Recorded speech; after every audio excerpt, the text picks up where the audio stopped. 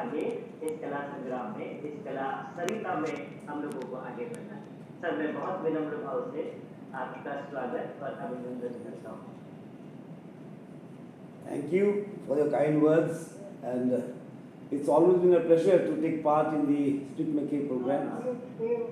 I think it might be.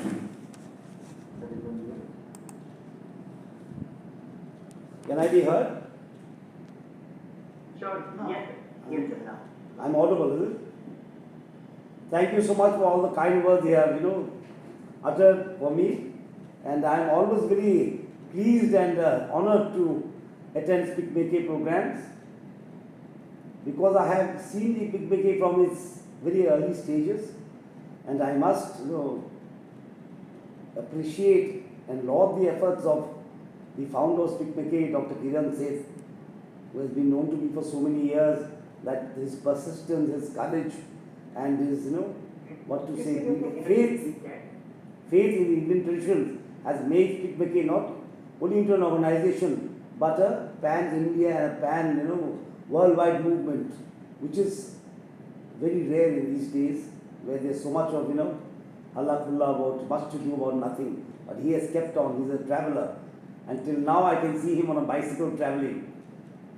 So it is the journey that matters more than the destination. Destination puts a finality to your journey.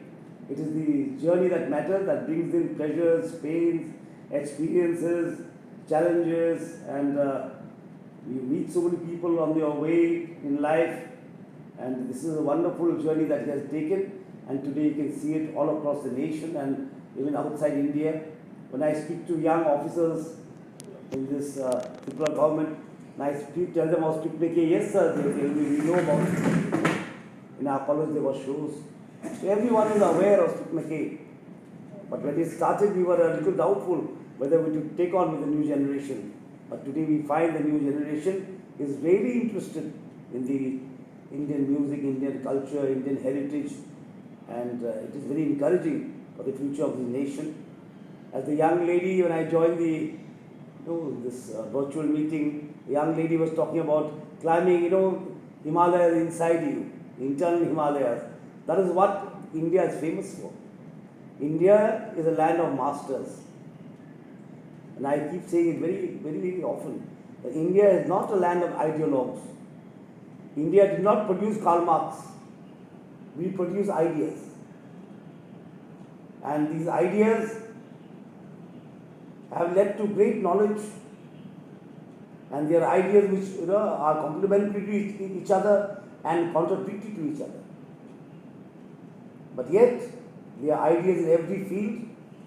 Actually, I remember a small little quotation from Einstein, who said, India taught us how to count. If we could not count, there would be no physical science whatsoever. So this is India, and Speak McKay embodies the soul of India, I might say, if I'm not wrong. The soul of India lies in its heritage and its culture. That is where the soul of India lies, and we are, as as a legacy we have got it. It is our real legacy that we have to take forward. The lamp of wisdom has to be passed from generation to generation. Every generation is a custodian of the rich heritage and culture that we have, and which is found immensely in the Indian classical music form. And it is a wonderful form. It is just not entertainment. It is neither, just a feeling. And Speak McKay has named this program very well. It is neither just amusement, neither is it just entertainment. It is anubhav, an experience. An experience by itself, to hear the great masters render their ragas, or the instrumentals, or the great performers doing Bharatanatyam or Kathak or Kathakali. This is the experience by itself. And our musical form is such that it has a beauty of rigidness. Some of the ragas have certain notes. You can't go beyond that notes. The talas are also fixed. Yet within that within that rigidity, there is a scope to improvise. There is great flexibility. That is what India is about. And that is what we talk when we say unity in diversity. That's what we say. There is rigidity, that certain notes can be sung in some ragas, how the notes should be placed, how the talas should be placed during the alap or something else. But yet, no two masters will sing the same raga in the same way. They sound so different. There is flexibility within rigidity. And that is what we say, unity in diversity. It embodies that spirit of unity and diversity in India, the Indian classical form.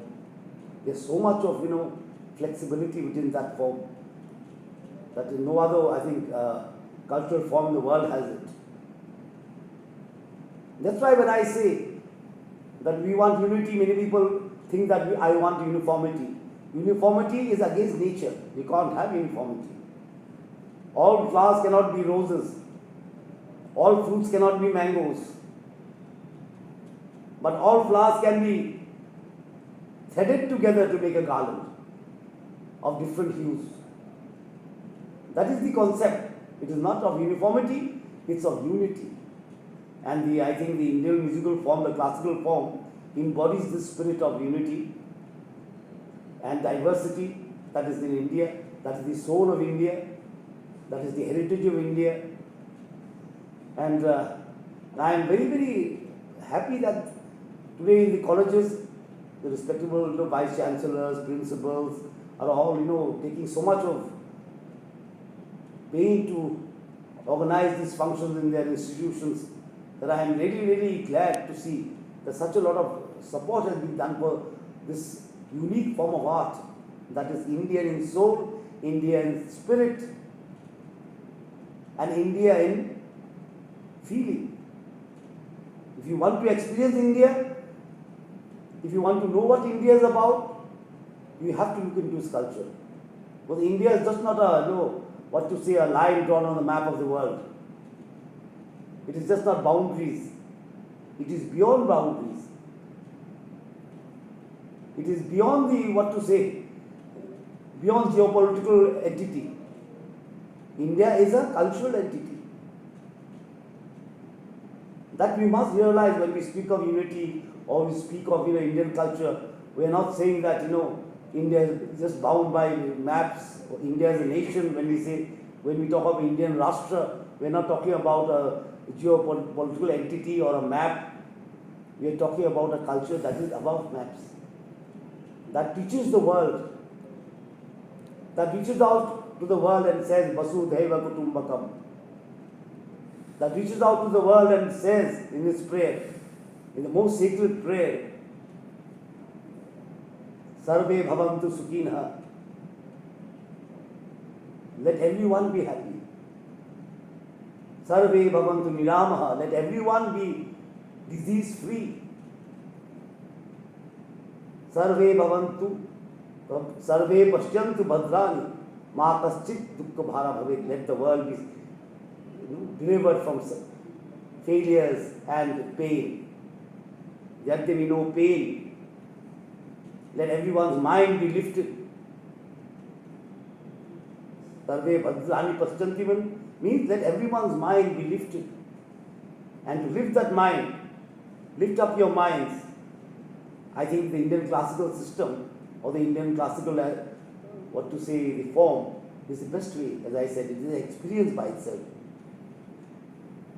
So today this Anubhav that is being hosted by SPICMEKE, organized by SPICMEKE and hosted by different universities, I am sure the students will experience something that needs to be experienced to become Indians and to become world citizens.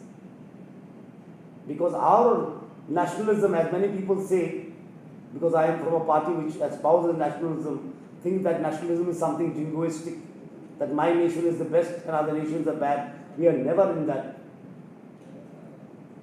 We are saying Vasudhaiva Kutumbakam. We say Sarva Devaya Nama, all Devtas we are big.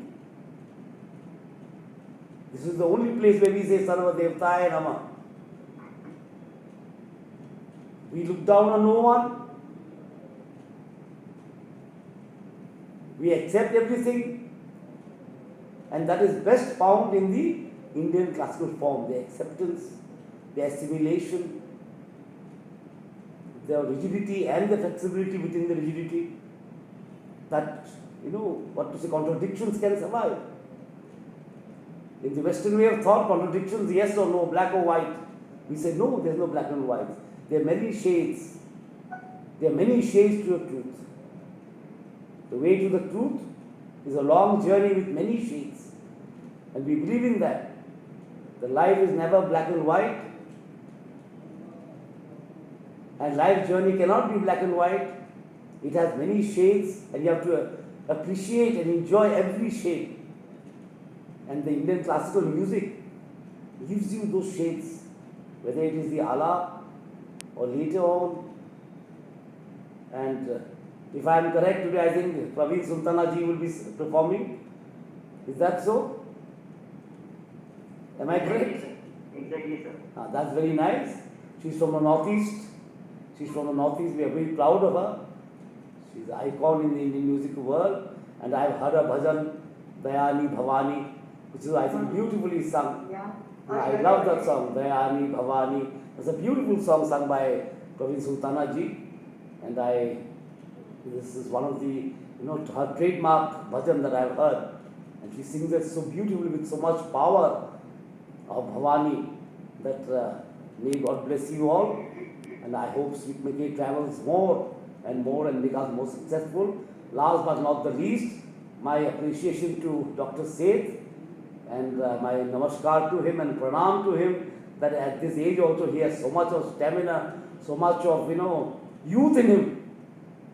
He proves that age is only a number.